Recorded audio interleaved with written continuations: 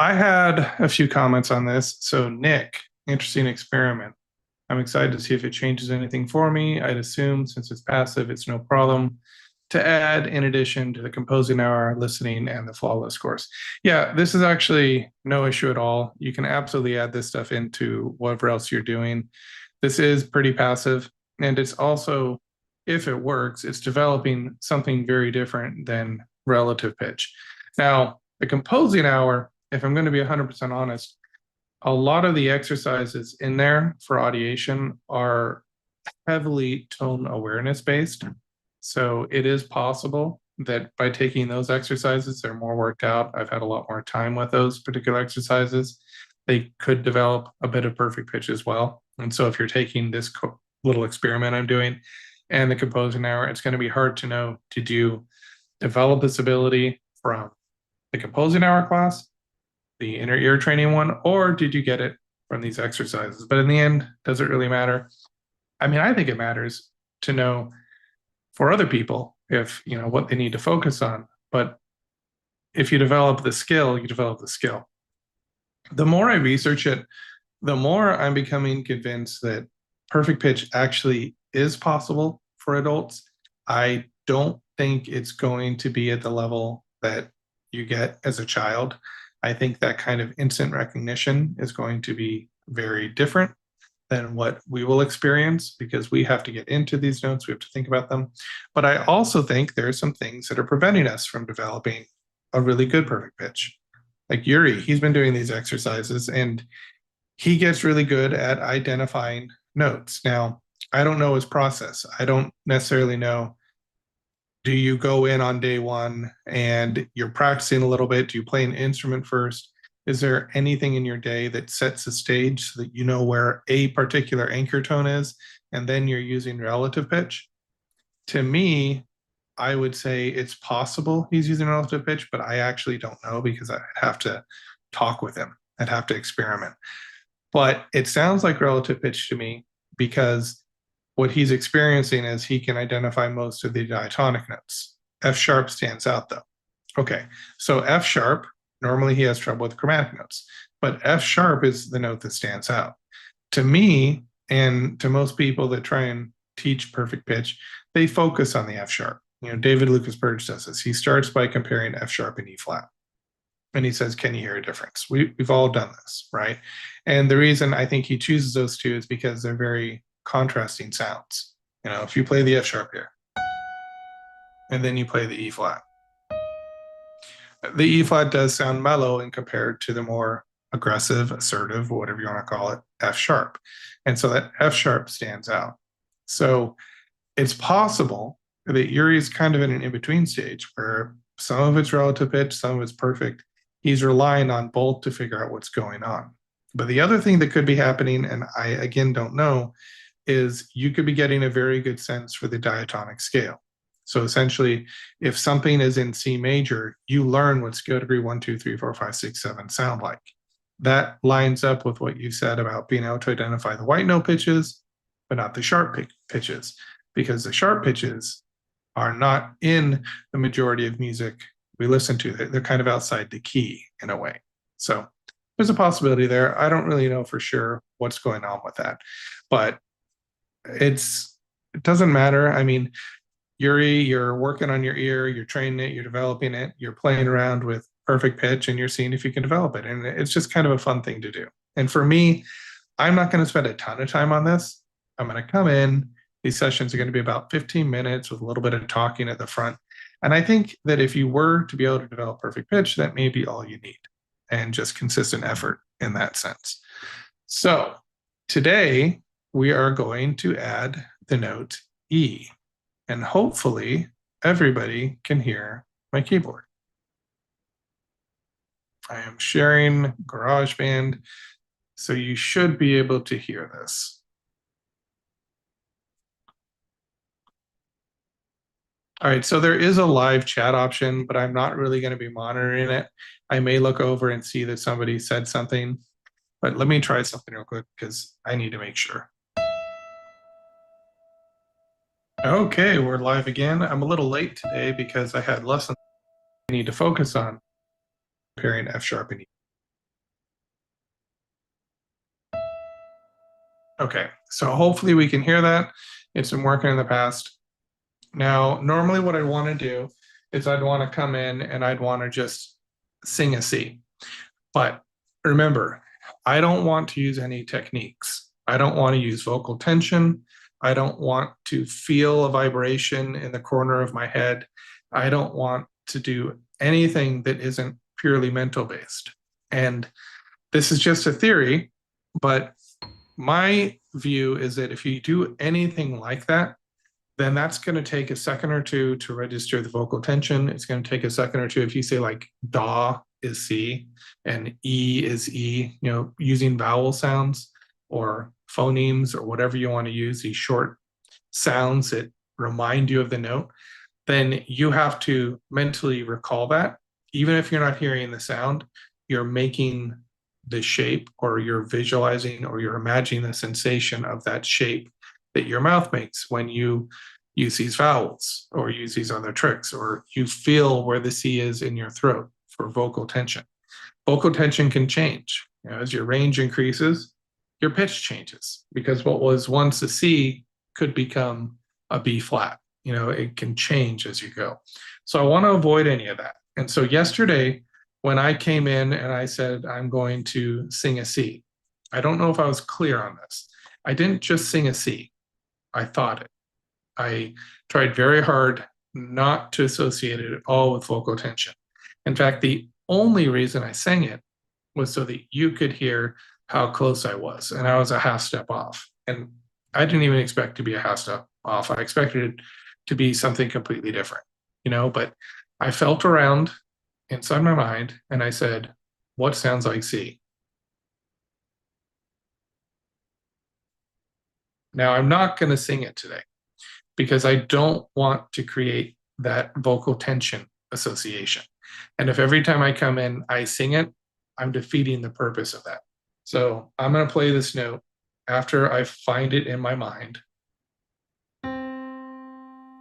Okay, that time I got it. Well, when I sang it, I didn't get it, but I actually thought I did. Part of it was the headphones, but I actually thought that I got the pitch right in my mind. And when I played it, I was off by half steps. I kind of surprised me. This time I was able to hear the C. So now what I'm going to do is I'm just going to listen for a D in my mind. Yes, I already got the C and I have really good relative pitch, but here's the trick. We want to separate from that. We can use relative pitch and we can turn it off. When I'm listening to music, I'm not sitting here thinking perfect fifth, perfect fourth, major third, minor third, major triad, dominant seven, flat five. I'm not doing anything like that. I can turn that on and I can do that. Or I can also just sit back, relax, and listen to the music and let it flow. So really, I believe you can get to a stage where things happen at different levels. Okay. So that's an important point I want to make. So I can use relative pitch to find D, no problem. But I don't want to do that. And so how am I going to do this? I'm going to kind of rescatter my brain. I'm going to think about a bunch of different pitches, and I'm going to try and find D. I've also talked a little bit, so I've lost the C somewhat. And I'm listening for that D that I remember from the previous days. The way I heard it, not the description I created, nothing like that. I'm just listening for the D that I heard. Okay, so you can't hear this, but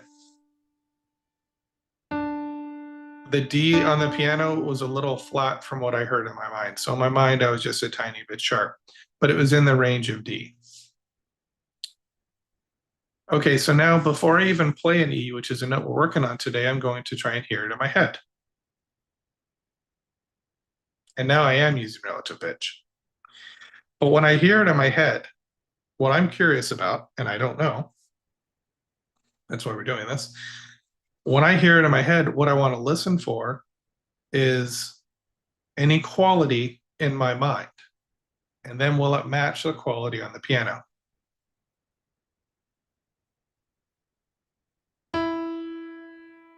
Okay. The quality that I heard on the actual piano versus what I heard in my mind was actually exaggerated on the piano. It was much harsher. I felt almost like to the right of the note, something very powerful and edgy about it. Okay, now I don't want to describe these, but I'm doing that for your benefit so you can kind of hear what's going on here and what's going on out here. So you may be thinking, oh, I can't do any of this. I can't hear any of this. And the truth is, maybe you need a little more practice just listening to tones. If you can't hear the difference between C, D, and E, which I guess is a kind of a form of perfect pitch, but I can't label those without the associations. Like I need to hear them in comparison to each other, and then they sound very different to me. If you can't hear them, then things you need to do are things that will open up your ear. So you need to try and hear a single note in your mind, and then try and add another note on top of it, and try and be methodical. Listen for a perfect fifth, then go to the piano and test it, and then try and make that clear in your mind. You need to do basically all the stuff I do in the Flawless course, where in the beginning, we start with these little note meditations. In a lot of cases, we audiate chromatic scales. We try and listen for the bottom and top notes and intervals and chords. We do a lot of these ear opening foundational stuff, the stuff that really happens in unit one for the most part. And then unit two on, we continue to maintain that, but we really develop that skill in unit one. So if you're not hearing these, you first need to just open up your ear and get used to hearing single tones. And they're not very clear to me. All it would take is a slight blink of the eye, and I would forget what they sound like. However, what I'm noticing now that I'm in day 5 here, they're a little bit more clear than they were yesterday. And by a little bit, I'm talking like such a small difference.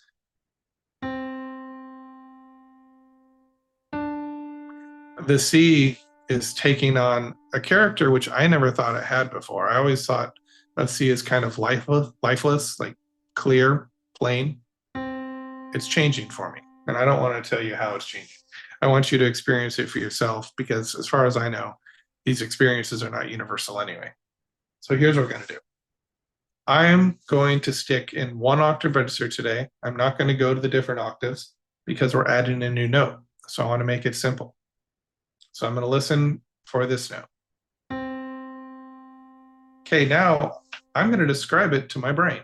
I'm going to say, without using a single word, I'm going to take an auditory picture of it and play it back in my mind. Now, it's just like when you take a photo of something in real life, right?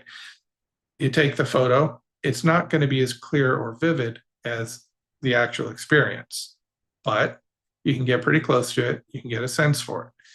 Or you weren't there in Italy with, I don't know, your ice cream cone or whatever you had, but you can look at the picture and see what the area looked like. You can get a feel for it. So that's what we're doing here. We're taking a mental picture and we're replicating it as much as we can in our mind. So let's start with C.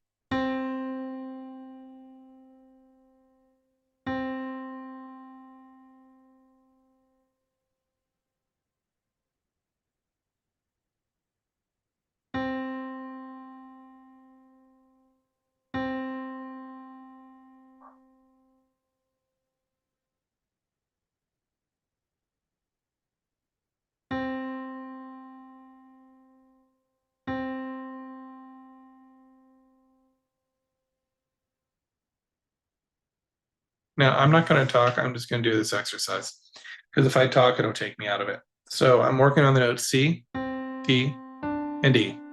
That's it. So try and get a sense for what each note sounds like. Internal.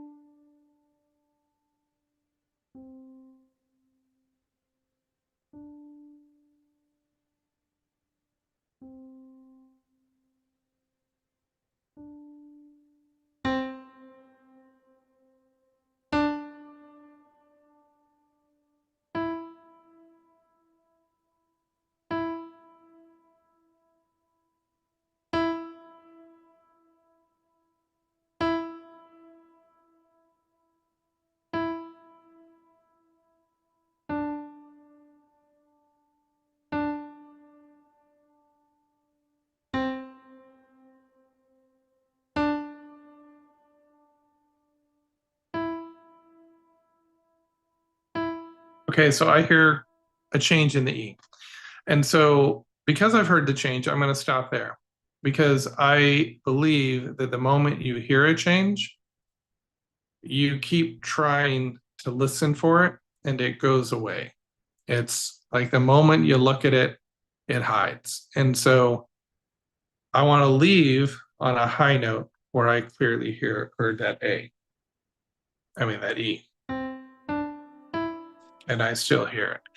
And we want to just gradually keep coming back and doing this. And we're going to see. I mean, this will be interesting. I don't expect any results from this after 30 days because this is one of the least programmed things I think I've ever done. I have not worked out a map. I have a basic idea of the exercises I want to include, and there's a lot more beyond just this.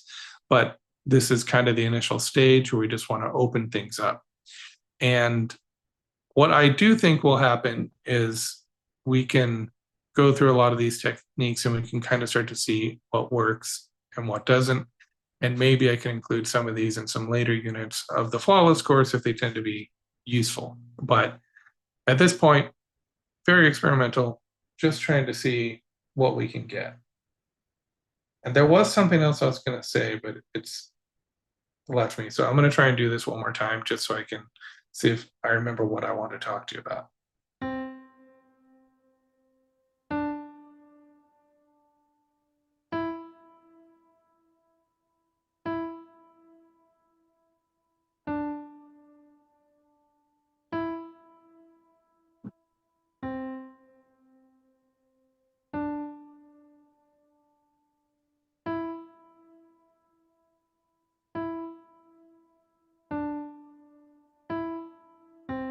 Well, I think what I wanted to talk to you about was just, I think it's going to be really important. Do not, in my opinion, do not try and use vowels. Do not try and feel where it is in your body. This is something that actually works okay for relative pitch, but relative pitch is slow. Perfect pitch is, in a sense, faster. But try not to use any tricks. Try and keep it mental. Don't listen too hard, but at the same time, you kind of have to be aware a little bit of what you're listening for. Okay. So you have to have a goal when you come in. And so my goal was I was going to play C and D for the first 4 days. I did. And then I played C in different octaves so that I could hear if C changed and what changed and what was the same in each octave. And then I did that with D as well. And I got used to C and D. Now today I'm adding a new note. So I'm taking it back. I'm taking it to the middle of the keyboard and I'm just listening to C, D, and E kind of in the middle of the keyboard. And I don't want to listen to E in other octaves because I just want to hear how E differs from C, D. I heard that. Will I retain it tomorrow? I don't know. But we're going to keep going through this. And the bottom line here is if this works, if I'm able to develop perfect pitch at my age, I won't even tell you how old I am. I'm older, right?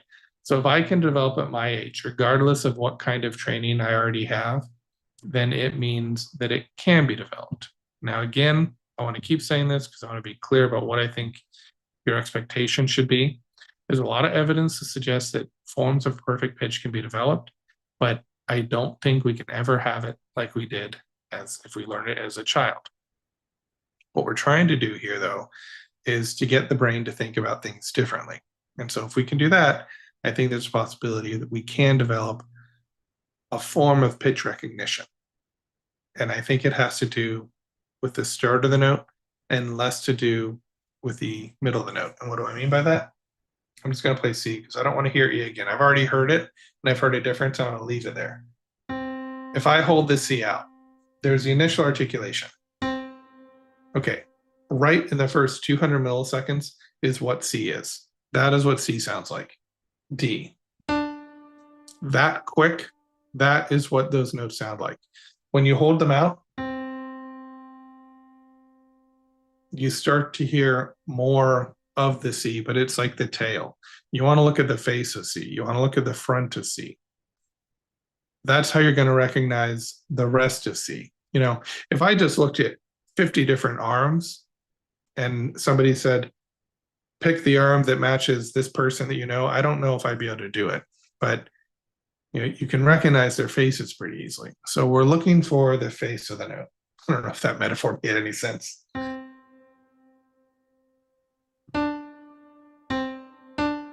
All right. So I'm going to leave it at that and we'll continue this tomorrow. I'll come back and do another one. And I have lessons again tomorrow, so it might be later in the day, but we will definitely come back. Leave your comments. Let me know. Are you following along with this? I actually want comments this time because I want to see if you're noticing anything. Because if you're noticing something or if you're not noticing anything, that actually helps me a little bit in thinking about what I'm going to do the next day. So your comment, your feedback is going to be very important for this. So if you'd like to leave a comment or even send me an email, you can do that too. You can keep it private. And I will see you next time. I think we're making